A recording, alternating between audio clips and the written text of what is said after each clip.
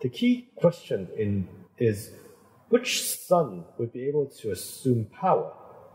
The Zhou succession system was simple, with 6 Chinese characters: Li Di, Li Zhao, Li Xian.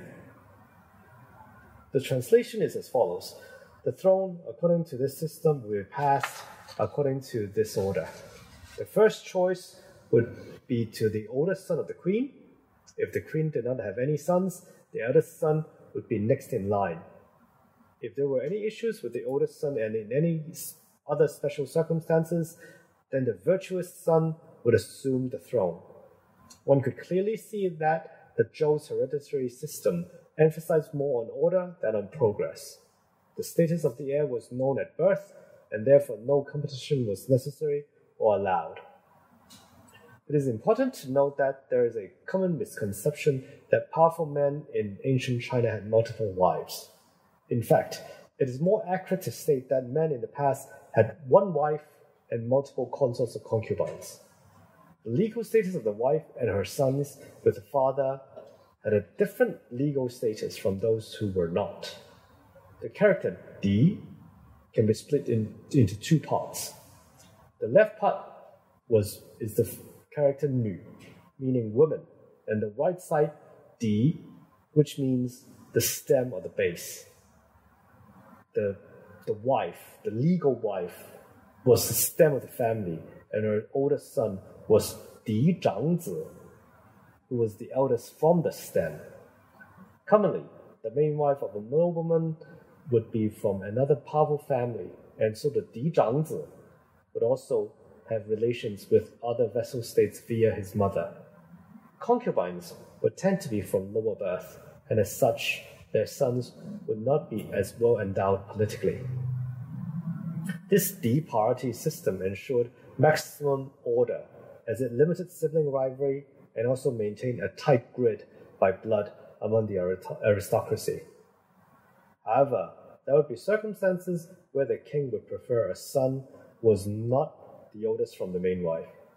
It could be because of the son's own talents or power in court, or the king had a particular fondness for the son's mother, who was a concubine.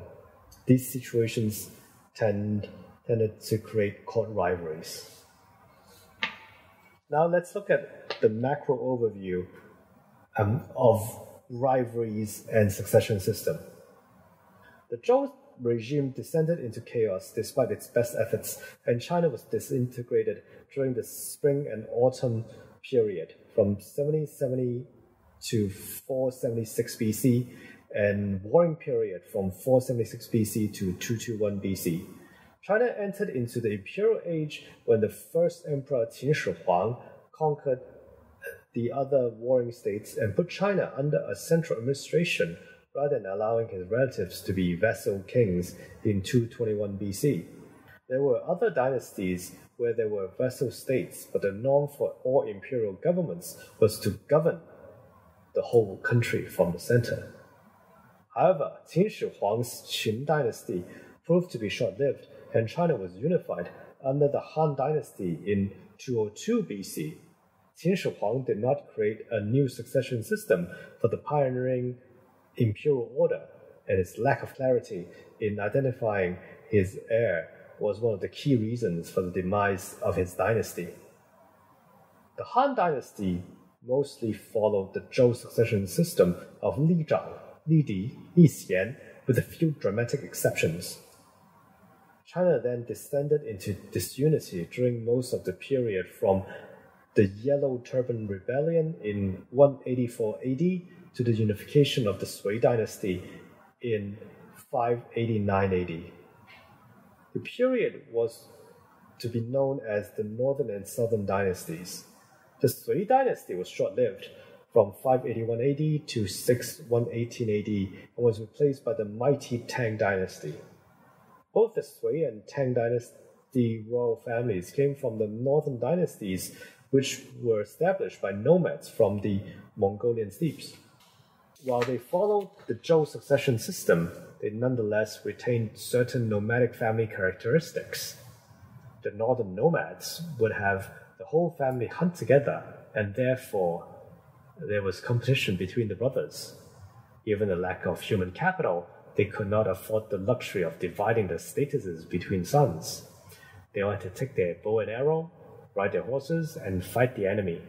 Another important characteristic is the high status of females in the family. The first 137 years of the Tang Dynasty, from 618 AD to 755 AD, were arguably the most glorious years of Imperial China. The boundary of the empire stretched as far as Central Asia, and culturally, China's neighbors saw the Middle Kingdom as the center of civilization. Ironically, every single succession during that period, from Tang Gaozu Li Yuan's abdication in 26 AD to Tang Xuanzong's Li Longji's assumption to the throne in 712 AD, involves some form of violent rivalry. Even though the Tang emperors seek to follow Zhou's succession system, the nomadic nature of competitive siblings and powerful women in the household meant for a cutthroat era for the royal Li household. And this could be called the Zhou succession system with nomadic characteristics. During that period, the empresses, princes, and princesses were all involved in the palace rivalries. While the feuds would cause the Zhou kings to cringe, the competition that stemmed from them also meant that the ones in power during the period were strong and aggressive. Here lies one of the most difficult issues to balance for any leader deciding on the future of his family enterprise. A well-structured order meant peace, but peace meant a lack of training of the will to expand. One will observe the imperial succession system to flip back and forth between these two conflicting realities.